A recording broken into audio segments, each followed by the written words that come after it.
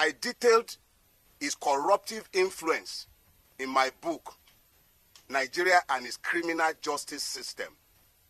And what he has done is exactly what he has always done in hiding, but he has done it this time again. And the calculations were that I would have been picked up, taken before this judge who must have either been compromised or misled in Ekiti.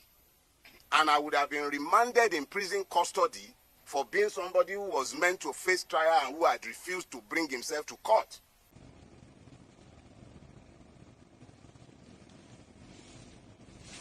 Dele Farotimi was arraigned this morning at the Ado-Ekiti Division of the Federal High Court on cyber-stalking charges, and he was also admitted to bail on conditions. This arraignment comes a day before the stipulated date, but maybe as the youths and other well-meaning Nigerians announced a massive nationwide and global protest against the Nigerian judiciary at Baba's chambers both in Ekiti and in Lagos State, at the Ministry of Justice in Abuja, and at King's College in London on 10th December 2024, which was first announced would be the date of Dele's arraignment. Surprisingly, courts brushed and granted Dele Farotimi bail today, being 9th of December 2024, just a day before the initially fixed date. This shows that these people are really scared of the masses, but we obviously don't know the powers installed on the office of the citizens, because if we did, we would have wielded it in the pursuit of our citizenry rights. However, Dele was arraigned in court today with cuffs. Now, with these two pictures you're seeing on your screen right now, you can't even question the title of Dele's book anymore, Nigeria and its Criminal Justice System. On the pictures, you can see a man who allegedly stole billions from the coffers of his state. And he's seen smiling while being escorted by the security agents to the EFCC office and court. And another man who spoke truth to power and he's handcuffed. What a criminal system. A big shame on us lots. Honestly, if we don't destroy the criminal structure and the corrupt system in Nigeria, the structure and the bad system will destroy everyone, including the generations to come. Because the Macvillian ruling elites are not ready to give up. Security agencies would catch, release and rehabilitate repentant terrorists and bandits who actually wielded dangerous weapons and unalived people. But now let's have a look at the bail conditions for a well-known public figure who committed a non-violent and non-existent crime. Here are the bailing conditions. The sum of 50 million naira bond. One surety. The surety must be resident in Ekiti with 3 years tax clearance. The surety must have a built-up property within Ekiti.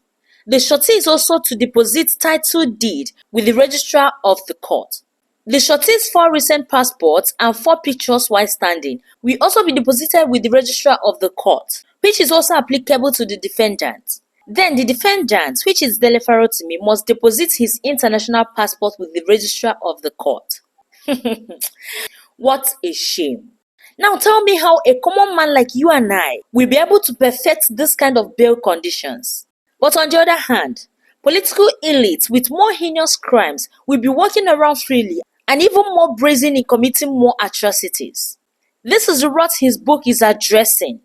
Absolutely no justice in the court, no justice in the police station, no justice anywhere, just you and your fate. And we are all pretending to be in a sane society. This is very annoying. Now, this is exactly Nigeria and its criminal justice system Dele Farotimi is talking about. They have just ended up vindicating him. Yes, he has been obviously vindicated. Nigeria runs a criminal justice system, no doubt about that. The Nigerian Bar Association is even a huge disgrace to the noble profession. A very big disgrace. In fact, there is absolutely no basis to continue asking for evidence for defamation. These charges already prove Dele is right. It's quite unfortunate the judiciary cannot be his last hope for justice at this juncture. But there is a supreme judge. We are all watching and observing, but for how long, if I may ask? This is very ridiculous. It came to my knowledge that there is a charge that had been fraudulently preferred against me before a court in Ekiti State, at the instance of Chief Afe Babalola. This charge had been fraudulently preferred, hidden from view, and the court had purportedly demanded my presence multiple times, and I had failed to appear before this court. And this court had then proceeded to issue a bench warrant for my arrest. This is classic Afe Babalola.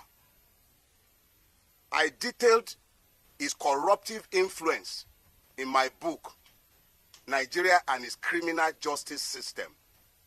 And what he has done is exactly what he has always done in hiding, but he has done it this time again.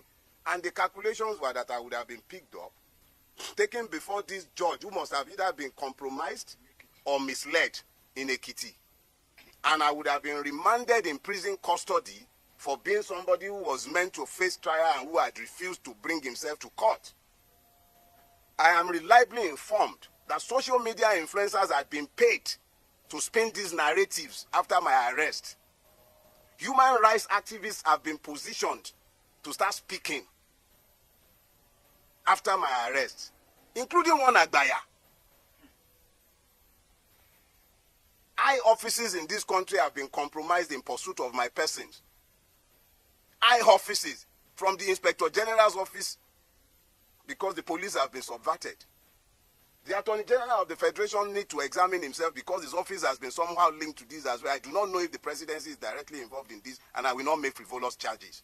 But high offices have been subverted in pursuit of a criminal purpose. I have committed no crime, done nothing wrong. If I have committed any wrong for which the state requires my attendance in a court or at a police station, they know exactly where I live. Are we all going to be sitting down and doing nothing like this until they destroy the whole country finally? We wake up every morning to several reasons why you should just hate this country unconditionally and give up on her. Because some corrupt and greedy political elites have emboldened the judiciary to become shamelessly shameless. This represents more evidence of the criminal nature of the Nigerian justice system as highlighted by Dele Farotimi in his best-selling book. Their every move only goes further to buttress how spot on Dele Farotimi was and still is. The judiciary continues to prove to Nigerians that there is high probability for ordinary man not to get justice in Nigeria, except for those cowards and politicians manipulating the system. And for the records, Nigeria is obviously not practicing constitutional democracy. The Supreme Court of Nigeria abolished the Nigerian Constitution in 2023. That's why you see the law enforcement agencies sentence anyhow before looking for evidence, which is the sad narrative of our infiltrated democracy. One can now understand better why the police hurriedly filed new charges. Obviously, the initial arrest was miscalculated and there is no basis for such display of impunity. And this is what they have for long wanted to achieve: to humiliate, ridicule and silence him by all means. Putting Dele in cuffs is a joke from them, which has certainly given credence to his book, Nigeria and its Criminal Justice System. We the well-meaning Nigerians are with you, Uncle Dele Farotimi. Let's have your thoughts in the comment section below. Hello, you're watching Daily Events News, your favorite platform for amazing events happening across Nigeria. If you have watched up to this moment, thank you so much and kindly give us a thumb up. If you're a returning subscriber, thank you so much for coming back, we really appreciate. And if you're seeing this handle for the first time, please kindly click on the subscribe button and turn on your notification button for more interesting updates. Also follow us across social media at Daily Events News. See you all in our next video and thanks for watching.